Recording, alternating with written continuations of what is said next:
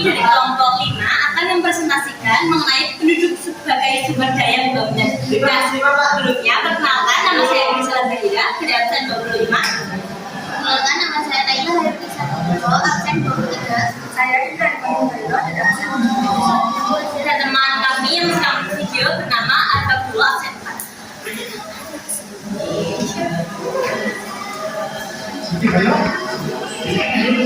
Oke, langsung aja ke pengertian sumber daya manusia. Jadi sumber daya manusia merupakan faktor utama dan aspek penting dalam pembangunan suatu bangsa maupun dalam keberhasilan suatu organisasi. Nah, jadi SDM itu adalah penduduk atau individu yang memiliki kemampuan, keterampilan, pengetahuan, kreativitas serta sikap yang dapat dimanfaatkan untuk menghasilkan barang dan jasa serta mencapai tujuan tersebut. Lalu selanjutnya ada teori pembangunan. Yang pertamanya ada teori hubungan kapital, yaitu teori yang menyatakan bahwa manusia merupakan sumber kapital atau modal layannya mesin dan alat mesin. Yang kedua ada teori pembangunan berkelanjutan,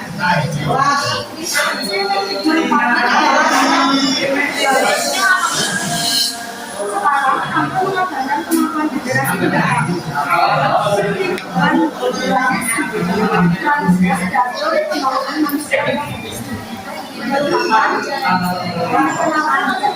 pembangunan manusia atau badan atau tujuan ekonomi dan atau wadah sebagai kualitas SDM. Selanjutnya itu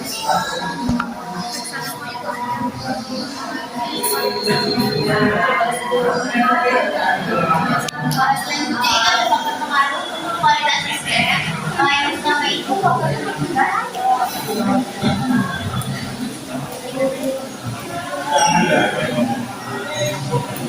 Faktor pendidikan itu melalui pendidikan dapat membantu guru yang mempermudah pengetahuan, keterampilan, dan sikap umat fungsi dalam perkembangan.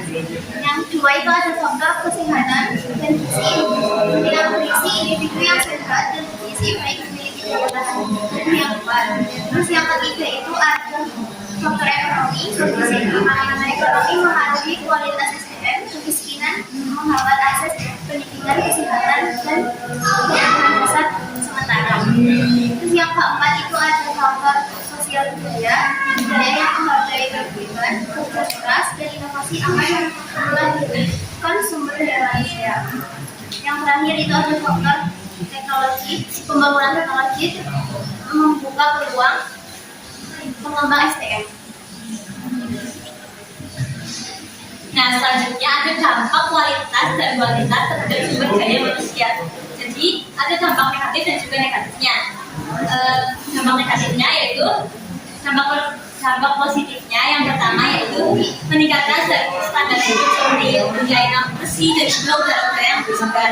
Dan yang kedua ada meningkatkan kepuasan pengguna dan juga layanan. Yang ketiga ada meningkatkan efisiensi dan kecepatan kerja. Dan selanjutnya ada dampak negatifnya.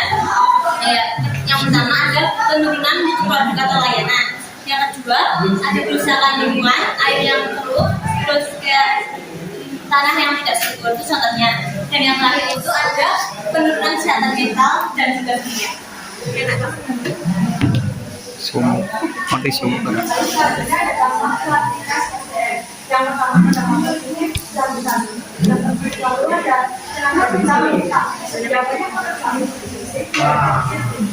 Lalu yang kedua ada banyak konsumen menarik investor dan menggunakan teknologi. Yang ketiga rekreasi. Lebih banyak kegiatan aktivitas itu. Lalu ada dampak negatif kelanjutan. Yang pertama ada pengangguran. Lapangan kerja tidak seimbang dan juga orang memicu kemiskinan. Orang memicu kemiskinan artinya gangguan ekonomi. Maka evaluasi jika yang berbeda sedikit. Lalu yang ketiga adalah menimbulkan sampai Ini kan dokumen mengenai kualitas sumber daya manusia. Yang pertama itu ada dokumen perbaikan kesehatan di lingkungan kerja, penguatan kebijakan konservasi dan ekspor. Yang kelima penguasaan ilmu mendorong penguasaan teknologi.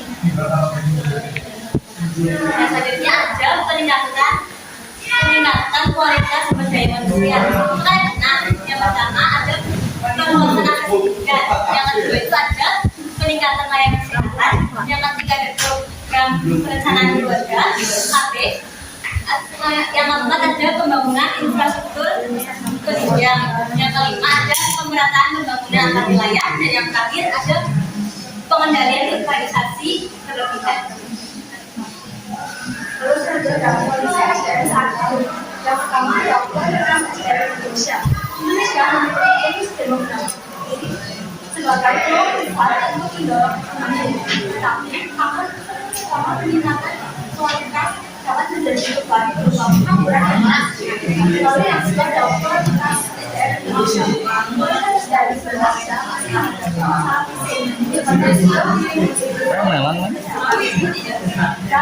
Enjoy.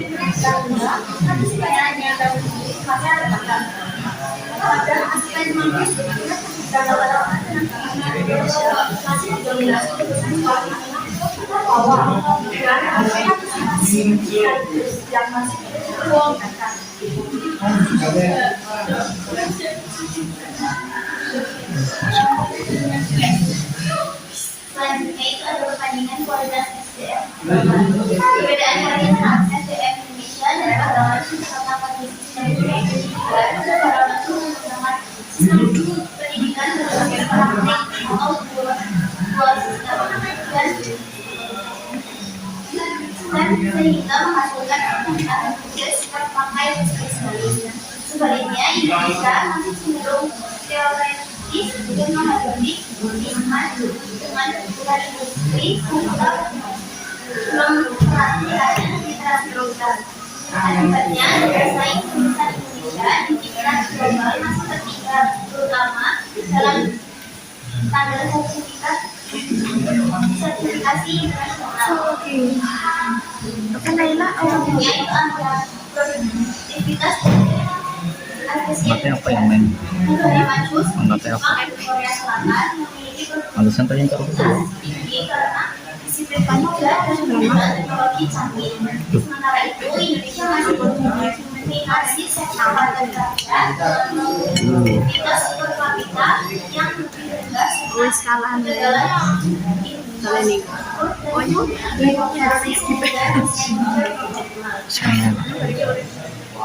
Selanjutnya ada potensi kesehatan dan kapasitas kognitif.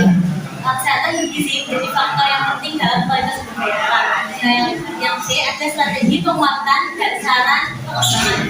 Untuk meningkatkan daya saing SDM Indonesia diperlukan beberapa langkah utama.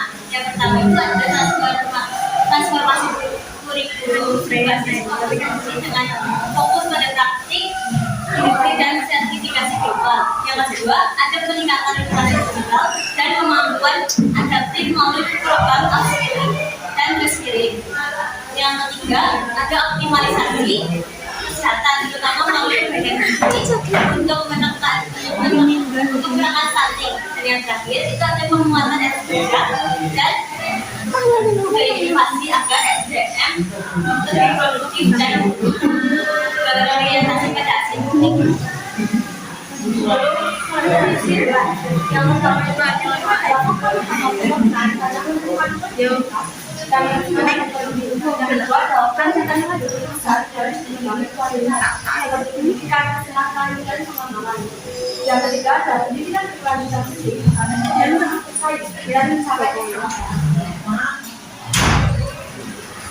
Selanjutnya itu ada refleksi pembangunan dipengaruhi oleh SDM, modal dan teknologi yang saling berhubungan. SDM diikuti dalam pengelolaan harus dimanfaatkan secara bijak dan berkelanjutan.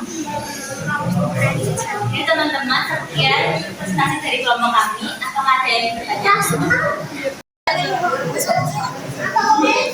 Jadi di sini saya Malam hari ini dari absen 24 ingin bertanya.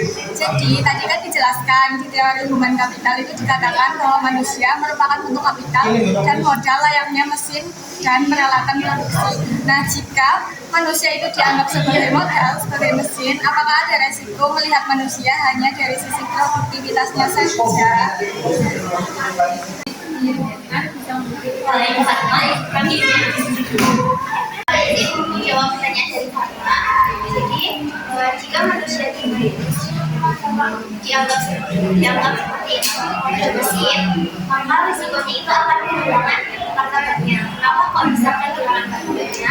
Karena manusia itu dia dari hasil misalnya. Apakah sudah terjawab? Sudah. Baik, izin pertanyaan. Sebelumnya perkenalkan, nama saya Asmi Marmora dari absen 8. Nah, mengatasi kualitas SDM yang rendah langsung memicu penurunan mutu produk atau layanan. Sedangkan kualitas SDM yang tinggi dampaknya tuh jauh lebih luas hingga mampu meningkatkan kepuasan pengguna. Terima kasih. kami izin menjawab pertanyaan dari Asmi Marmora. Nah, jadi kalau misalkan kualitas SDM-nya itu rendah, maka pekerja itu kan jadi kurang terampil, terus kurang kayak kurang teliti, terus minim inovasi, sehingga mereka itu pokoknya produk atau layanannya tuh kayak kurang dan juga cenderungnya buruk. Tapi kalau misalkan SDM-nya yang tinggi, kualitas tinggi, mereka itu pasti nggak cuma meningkatin mutu produknya, tapi mereka juga kayak meningkatkan pelayanan kualitas, meningkatkan pelayanan kreativitas, terus kayak kepuasan pengguna. Jadi mereka itu dampaknya itu bisa luas gitu. Jadi bagi perkembangan perusahaan maupun ekonomi. Atau terjawab kan bisa laporan. Iya, terima kasih ya.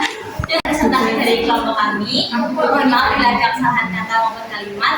Terima kasih. Wassalamualaikum warahmatullahi wabarakatuh. Waalaikumsalam warahmatullahi wabarakatuh.